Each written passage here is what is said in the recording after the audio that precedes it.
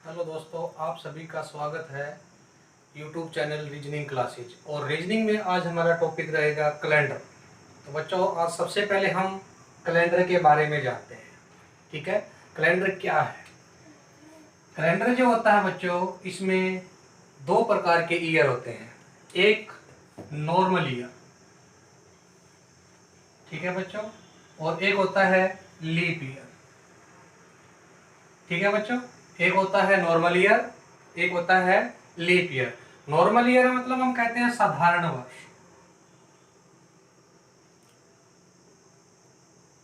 Leap वर्ष को हिंदी में कहते हैं अधिवर्ष।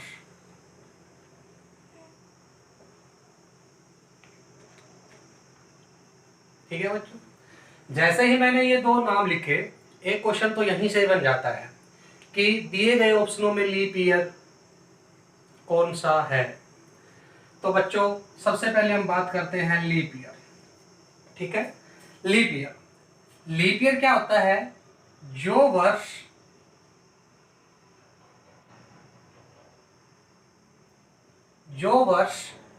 4 से डिसेबल हो जाए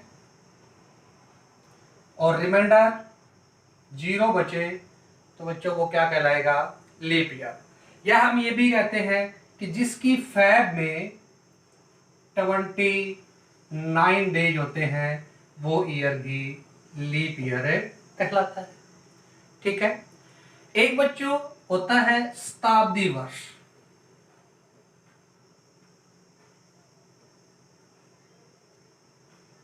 तो इस शताब्दी वर्ष को हम 4 से डिसेबल नहीं करेंगे, शताब्दी वर्ष को हम 400 से डिसेबल करेंगे। अगर वह 400 से डिसेबल है तो ही वो एक लीप ईयर है। ठीक है, जैसे 2000, अगर इसको 400 से डिसेबल किया जाए तो रिमाइंडर क्या आ रहा है बच्चों? 0। या हम कह सकते हैं शताब्दी वर्ष कौन सा होता है? 100 की टेबल। ठीक है, जो 100 की टेबल पे आता है वो क्या होता है? एक शताब्दी वर्ष। ठीक है, तो बच्चों हमारा ये था लीप ईयर के बारे में। अब सबसे पहले हम ये पता कर लेते हैं कि इन दोनों में अलग अलग डिफरेंस क्या है। तो सबसे पहले इन दोनों में डिफरेंस लेते हैं। नॉर्मल ईयर जो होता है बच्चों, सबसे पहला डिफरेंस कि जो नॉर्मल ईयर होता है दिन होते हैं, और जो लीप ईयर होता है इसमें 366 डेज होते हैं। ठीक है, क्यों? क्योंकि इसकी फैब में एक दिन बढ़ जाता है। दूसरी डिफरेंस बच्चों, ये जो नॉर्मल ईयर होता है इसमें 52 वीक बनते हैं, 52 सप्ताह बनते हैं, पर एक दिन एक्स्ट्रा हो जाता है। 1 डे क्या होता है बच्चों? एक्स्ट्रा होता है। ठीक है, और इसी प्रकार लीप ईयर की बात की जाए तो इसमें भी 52 वीक बनते हैं, परंतु 2 डेज एक्स्ट्रा होते हैं। तो सबसे पहले तो बच्चों यही बात आ गई कि एक्स्ट्रा डेज क्या होते हैं। ठीक है बच्चों, एक्स्ट्रा डेज क्या होते हैं? कई बार पेपर में आ जाता है कि दिनों में एक्स्ट्रा डेज की संख्या मैक्सिमम क्या हो सकती है। तो बच्चों, एक्स्ट्रा डेज क्या होते हैं? एक्स्ट्रा डेज वे दिन जो कंप्लीट सप्ताह नहीं बनाते हैं, उन्हें हम एक्स्ट्रा डेज कहते हैं। ठीक है, क्या कहते हैं? Extra days. तो एक्स्ट्रा डेज की संख्या क्या हो सकती है? 1 2 3 4 5 6 से ज्यादा कभी भी एक्स्ट्रा डेज नहीं हो सकते। ठीक है, तो हम कहेंगे मैक्सिमम एक्स्ट्रा डेज की संख्या क्या हो सकती है? 6। ठीक है, क्योंकि 7 तो एक्स्ट्रा डेज हो नहीं सकते, 7 होने से तो एक सप्ताह कंप्लीट हो जाएगा, तो इसीलिए एक्स्ट्रा डेज की संख्या मैक्सिमम क्या हो सकती है? 6 दिनों में। बच्चों, किसमें? दिनों में। दूसरी बात, तीसरी बात हमारे पास डिफरेंस में क्या जाता है कि जो नॉर्मल ईयर होता है इसमें फर्स्ट डे, जो इस ईयर का पहला दिन होता है, ठीक है, और लास्ट डे जो इस ईयर का अंतिम दिन होता है, ये दोनों बच्चों सेम होते हैं। ठीक है, सेम होते हैं, एक ही होते हैं।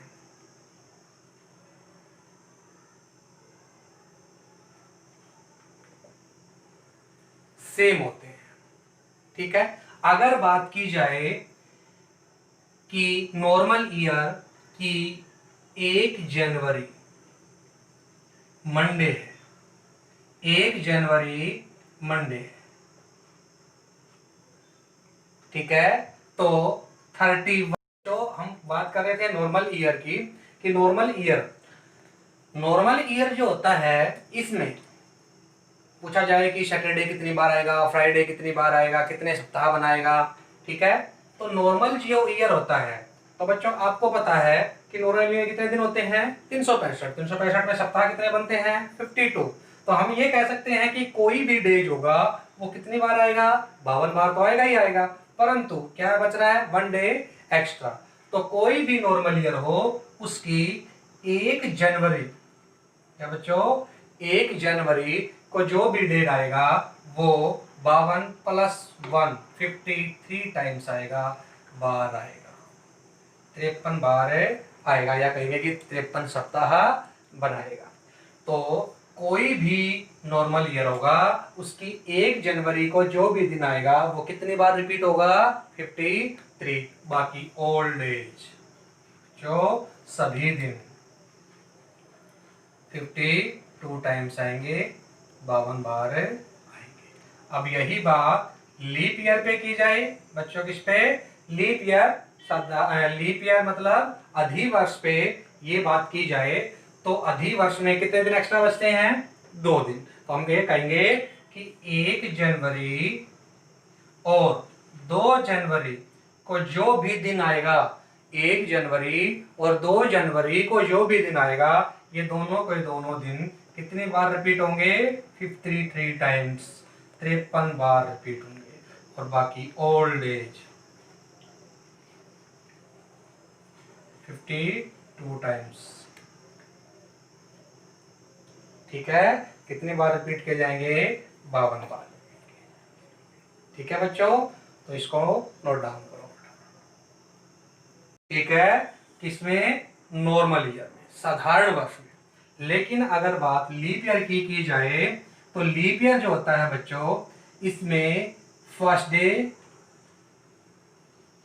और लास्ट डे में 1 दिन का अंतर होता है। क्या होता है बच्चों, 1 दिन का अंतर होता है।